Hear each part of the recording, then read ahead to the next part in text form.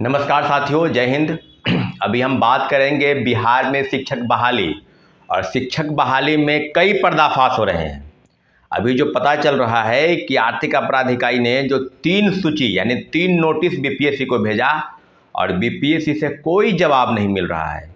तो सारी चीज़ें बिल्कुल अब परत दर परत खुल ही रही है। अब कहने की कोई ज़रूरत नहीं कि बीपीएससी जवाब क्यों नहीं दे पा रही। क्या बीपीएससी के पास कोई जवाब है? क्या बीपीएससी जवाब देने में सक्षम नहीं है?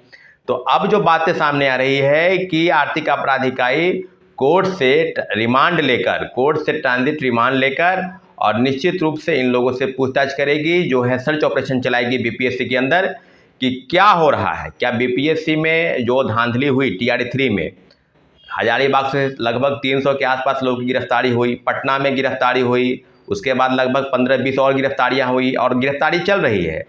परंतु मुख्य सरगना के जो बयान हैं, दोनों विशाल चौरसिया और वीरेंद्र गुप्ता, दोनों के बयान जो हैं वो कुल मिलाकर यही कह रहे हैं कि बीपीएससी से हमको मिला, यानी बीपीएससी से जो बिना क्यूआर लगे क्वेश्चन जो थे वो पेन ड्राइव में इन लोगों के पास गए।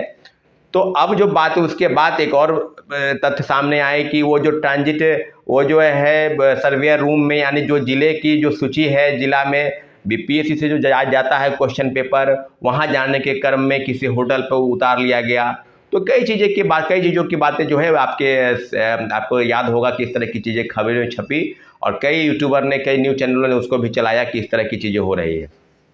आज साथियों बहुत दुर्भाग्यपूर्ण जो विषय है वो ये है कि शिक्षक बहाली में अब कहने की कोई ज़रूरत नहीं। एक आरटीआई के मामले से जो खुलासा हुआ कि शिक्षक बहाली में जो पर्दाफाश हुआ है, जो आरक्षण का खेल खेला गया, उसके सबसे माहिर खिलाड़ी कोई है तो बीपीएससी का पूर्व चेयरमैन अतुल प्रसाद पूरा खेल खेला। आप समझ लीजिए ना कि TRE-1 में 1 to 5 की बात है, या तो उसमें 10,000 यानी 17,000 महिलाओं का सिलेक्शन हुआ 1 to 5 में। 10,000 के आसपास लगभग 57% आरक्षण दूसरे प्रदेश के महिलाओं को मिला। उसी प्रकार से 7,000 में लगभग 4,000 दूसरे प्रदेश के पुरुष को भी नौकरी मिली। तो ये 60-40 का आंकड़ा है। लगभग 100 नौकरी अगर बिहार सरकार ने दिया तो उसमें से भी 40-60 नौकरी दूसरे प्रदेश के लोग, खासकर उत्तर प्रदेश के लोग ज़्यादा है, और 40 नौकरी बिहार के लोगों को मिला। तो ये जो खेल है, इस खेल का सरगना कौन है, इस खेल का मास्टरमाइंड कौन है, तो वह है बीपीएससी का पूर्व चेयरमैन अतुल प्रसाद और अभी वर्तमान चेयरमैन रवि परमार मनु भाई। जब बीपीएससी का नाम लेते हैं हम लोग तो काफ़ी मन में एक सम्मान का भाव आता है कि बीपीएससी, बिहार लोक सेवा आयोग। जब हम लोग छोटे छोटे थे तो इन सब चीज़ों पर काफ़ी बिहार लोक सेवा आयोग, मतलब कहने का मतलब ये होता था कि नहीं, कोई एजेंसी है, कोई आयोग है जिसके तहत परीक्षाएँ होती है और बड़े बड़े अधिकारी बनाए जाते हैं। लेकिन तीन नोटिस जाने के बाद भी आर्थिक अपराध इकाई ने 3 नोटिस दिया, उसके बाद भी आप जवाब नहीं दे पा रहे हैं। और रवि परमार मनु भाई जो अभी वर्तमान के चेयरमैन है कह रहे हैं कि मुझे पता नहीं है, हो सके सचिव स्तर से पत्राचार हुआ हो, चिट्ठी का आदान प्रदान हुआ हो। गजब है भाई, आप भी खूब भाई ही भाई हैं क्या? इसके पहले थे अतुल प्रसाद जी, खूब चतुराई से खेल खेले। चांद पर ज़मीन खरीदने जैसा नहीं होगा। तो सेटर को क्वेश्चन कौन दिया? TRE-1 से लेकर TRE-2 तक कौन दिया? वो तो आप ही के रहते ना मिला। खेला तो खूब खेले आप। और सप्लीमेंट्री रिजल्ट के नाम पर जो खेल आपने खेला पहले फेज में, TRE-1 में 2773 लोगों का मात्र रिजल्ट दिया। TRE-2 में नोटिस के बाद भी 14,700 पदों पर सूची निकालने के बाद भी आप रिजल्ट नहीं निकाले। इन सब का जवाब कौन देगा? और जब खेल का भंडाफोड़ हो गया, आरटीआई से जवाब मिल गया है कि खेल पूरा हुआ है, आरक्षण के नियम का पालन हुआ है, और अभी दिव्यांगता की बात की जा रही है। 40 में से 40 पद हिंदी के जो निकाले गए TRE-2 में, उसमें से 8 सिर्फ बिहार के दिव्यांग हैं। तो हमारे दिव्यांग भाई बहनों के साथ जो खेल हुआ है, जो बीपीएससी के पूर्व चेयरमैन ने खेला है, उसका क्या है? उसका समाधान क्या है? क्या इन लोगों को कटघरे में लाने की ज़रूरत नहीं है? क्या TRE-1 और TRE-2 रद्द करने की ज़रूरत नहीं है? और आज सप्लीमेंट्री रिजल्ट के नाम पर जब हम लोग डिमांड करते हैं तो कई लोग कमेंट करते हैं कि सप्लीमेंट्री रिजल्ट भी मांगते हैं, TRE-2 1 2 रद्द भी कराते हैं। अरे भाई, आरक्षण के नियम का पालन नहीं हुआ। आप समझ लीजिए ना भाई, ये तो आरटीआई से जवाब आ चुका है। 35% आरक्षण बिहार के महिलाओं को मिलना चाहिए, क्या वो पालन हुआ? डोमिसाइल में जिस तरह की चीज़ें थी वो पाल हुआ। सीटेट की जो छटनी शुरू है औरंगाबाद से लेकर कई जिलों को, अभी देखिएगा कई जिलों से 90 मिनिमम 60% मार्क्स आपको दूसरे प्रदेश के लोगों को लाने हैं और 87, 88, 84, 85 पर आप पास कर गए तो छटनी नहीं होगा क्या? सीटेट वाले सब लोगों का होगा छटनी। तो छटनी आप करें ना भाई, छटनी करें, जितना मन है उतना छांटते रहें, तो क्या उसके जगह पर पूरक परिणाम नहीं जारी होने चाहिए थे? क्या इस तरह की चीज़ें जब बड़े पैमाने पर आपने फर्जीवाड़ा किया और अभ्यर्थी जो हमारे मेरिट वाले हैं वो दर दर की ठोकर खाने पर मजबूर हैं।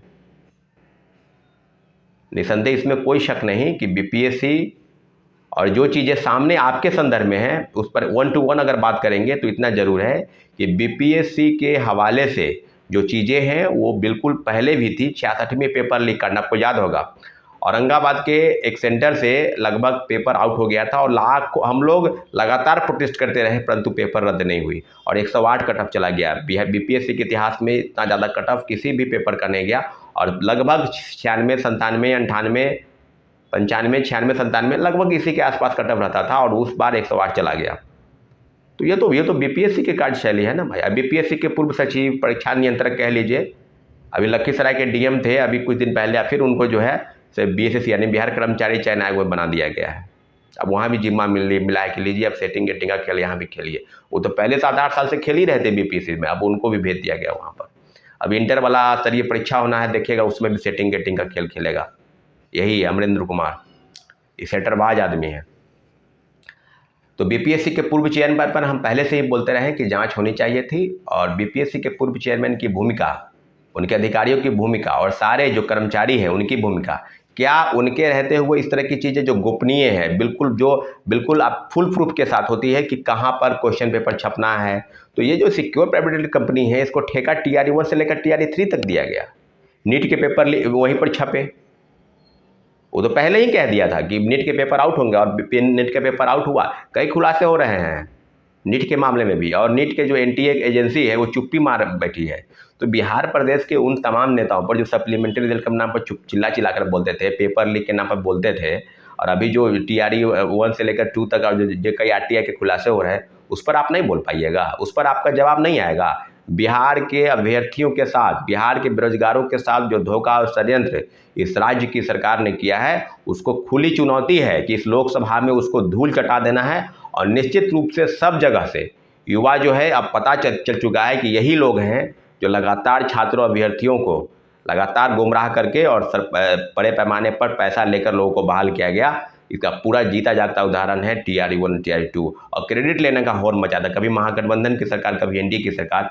तो आप लोग क्रेडिट लेते रहिए, लेकिन इतना जरूर है कि लोकसभा के आम चुनाव में निश्चित रूप से उनका पतन होना तय है, क्योंकि ये जो बातें चाल सामने आ रही है इस पर है कि निश्चित रूप से माननीय मुख्यमंत्री जी और बीपीएससी के पूर्व चेयरमैन की तरफ से जो भी खेल हुआ है उसी का नतीजा है कि बड़े पैमाने पर फर्जीवाड़ा हुआ।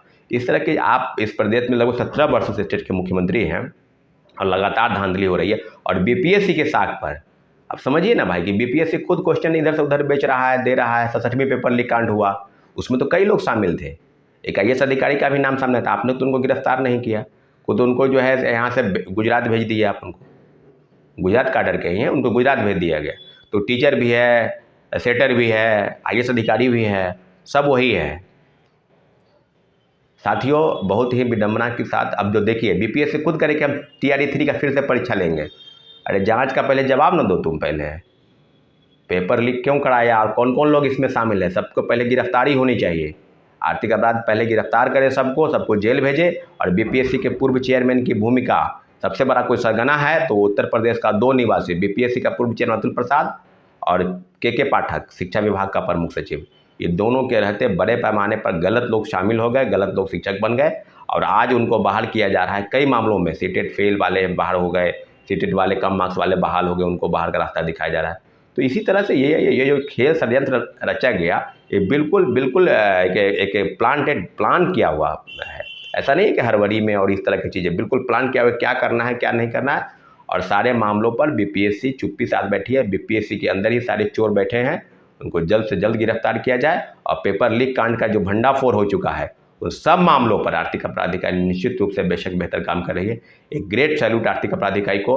और निश्चित रूप से हम लोग बिल्कुल आशा के साथ देख रहे हैं कि ईओयू की जो रिपोर्ट है बिल्कुल सही दिशा में जा रही है और TRE 3 तब होगा जब पेपर लीक कांड का भंडाफोड़ हो जाएगा। और ये जो रिमांड है, ये जो सर्च ऑपरेशन है, इसी ऑपरेशन में बिल्कुल दूध का दूध और पानी का पानी हो जाएगा साथियों। धन्यवाद। जय हिंद।